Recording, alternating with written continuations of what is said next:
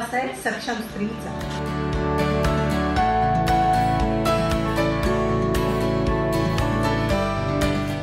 महिला दिन हा नारी शक्तीचा गौरव करण्याचाच दिवस म्हणून आपण साजरा करतो.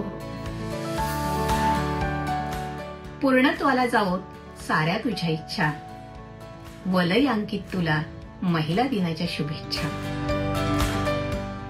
माझ्या आयुष्यात आलेली माझी आई असो, माझ्या मैत्रिणी असो, माझ्या बहिणी असो, या सर्व स्त्रियांचे मी अभिनंदन करते.